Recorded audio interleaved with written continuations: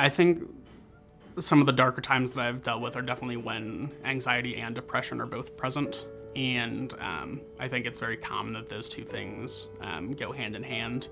And I do believe that my anxiety eventually caused the depression that I was in. For example, I started to isolate myself just to my house or to my room. I think it was very easy for like depression to sink in. And I was almost inviting it because I wasn't doing anything in terms of bettering myself. I wasn't pushing myself to go anywhere outside of school. And so I think it was very easy for me to start feeling hopeless, or like I was never going to get myself out of the house again, because why would I? Because it's always a bad situation when I leave, or I always feel worse when I leave. And so I think like the anxiety definitely created the avenue for depression to present itself.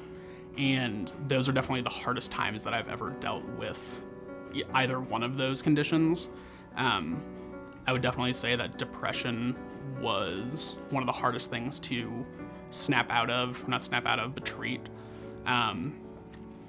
Because if you feel like you know you have this issue, but you don't care enough to do anything about it, or you don't think there's any hope for getting to a better place, then your mind immediately defaults to, then why would I try at all? Which just creates this snowball effect of, if I don't care about the issue, it's going to get worse. And it does get worse. And then the less and less you care, the worse and worse it's going to get, till you get to a certain point where you may hate the way you feel, but you don't care enough to make yourself feel any differently. And I think that plus anxiety just created like a perfect storm of just really not enjoying anything in life and just feeling like it probably wasn't going to go anywhere. So current day, even though I do feel like I have a good handle on a lot of what I've dealt with in the past or wouldn't have been able to effectively deal with in the past, there's still obviously, anxiety is still obviously a large part of my life and always will be. I think the number one negative that I still have is the avoidance factor, in terms of avoiding events that I would, in otherwise good circumstances, want to attend and would enjoy attending. And rather, I feel like if I avoid them, there's no potential for me to get hurt or have a panic attack or spend the next few weeks overanalyzing what happened to that event, or the social anxiety involved with that event. And so that's definitely my biggest challenge today, is physically making myself show up to something that I know that I want to show up to, whether that's a friend's wedding or a work event with my wife's like colleagues after work, something like that, that I know that I would enjoy, but I know that it's easier to close the door in my room and stay there. And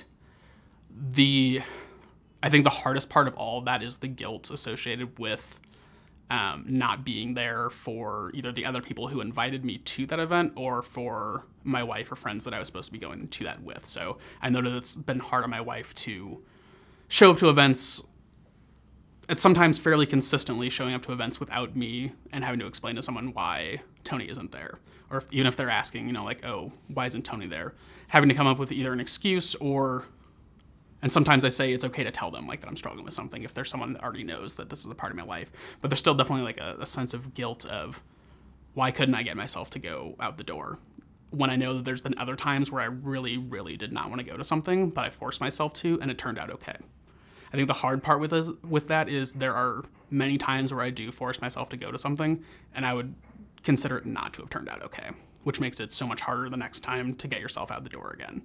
So it's not, I can't say that it's one of those things that every single time I convince myself to show up to something that it turns out being okay, because it doesn't. And that makes it definitely harder the next time to say, well, every single time in the past I've forced myself to do this and it's been great. It's like, no, those things still happen. And bad situations or bad evenings still, I would say anxiety-producing evenings still exist, but if you start avoiding, or if I start avoiding them too consistently, then I get back to those times where, oh, it's all of a sudden it's been 3 months and I haven't left the house. And so that's still my number one fear, is that I get back to a place where I've avoided so much in a row that I don't even realize it.